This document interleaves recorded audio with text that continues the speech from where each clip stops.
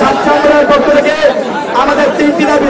আমরা আমাদের আজকে আমাদের ছাত্ররা গিয়েছিলাম, কিন্তু আমরা দেখেছি তারা কথা না বলে আমাদের ভাইদের উপর আঘাত করে। এখন পর্যন্ত আমাদের 60 শিক্ষার্থী আহত। আমরা কি আহত ভাইদেরকে যারা যে আন্দোলনে আঘাত করেছে তাদের বিচার চাই।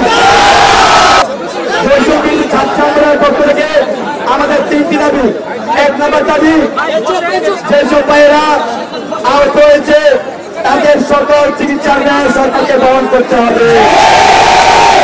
আমাদের 2 নম্বর দাবি, আমাদের ভাইদের উপর যে সকল আন্দোলনে আঘাত করেছে আমাদের 3 নম্বর দাবি এবং যেটি বিশেষ দাবি, এই জাতীয়তাবাদের দোষরা এখন পর্যন্ত সচিবালয় থেকে রাষ্ট্রীয় যে সকল প্রশাসনিক অবস্থানে আছে তাদেরকে চিহ্নিত করে ক্লিন অপারেশন পরিচালনা করতে হবে।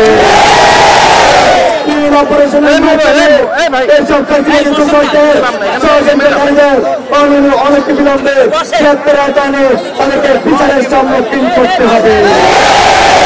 বন্ধুগণ, বৈষম্যবিরোধী ছাত্র আন্দোলন একটি 5ই আগস্ট দিয়েছে, একটি গণঅভ্যুত্থানের নেতৃত্ব দিয়েছে। এই বৈষম্যবিরোধী ছাত্র আন্দোলনের হাত ধরে আজকের যে অন্তর্বর্তীকালীন সরকার, সেই সরকারের অব্যাহত থাকবে। আপনারা কোনোভাবে ভয় পাবেন না, ছাত্রদল আপনাদের পাশে আছে। আপনারা শুধু কাজ করে যাবেন। যদি আপনারা জনগণের ভাষার বাইরে কথা বলেন তাহলে কিন্তু আপনাদেরকে ছাড় দেওয়া হবে না। রাজপথ ছাড়ে না।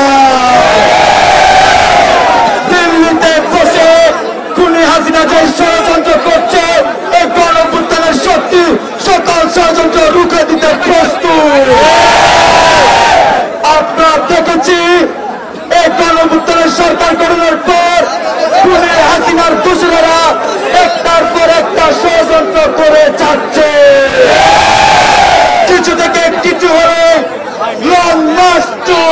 সচিবালয় কি মুখের কথা? ছাত্ররা কি তা মেনে নেবে?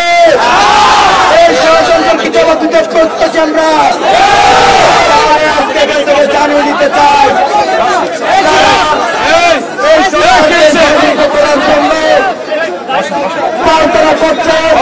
দিল্লিতে বসে চকাচ্ছে, তারা যদি আগামী দিন থেকে এই সচিবালয় রাস্তা ব্লক করে সরকারকে সময় না দিয়ে তাদেরকে ছাত্র জনতার সমুচিত জবাব দেবে।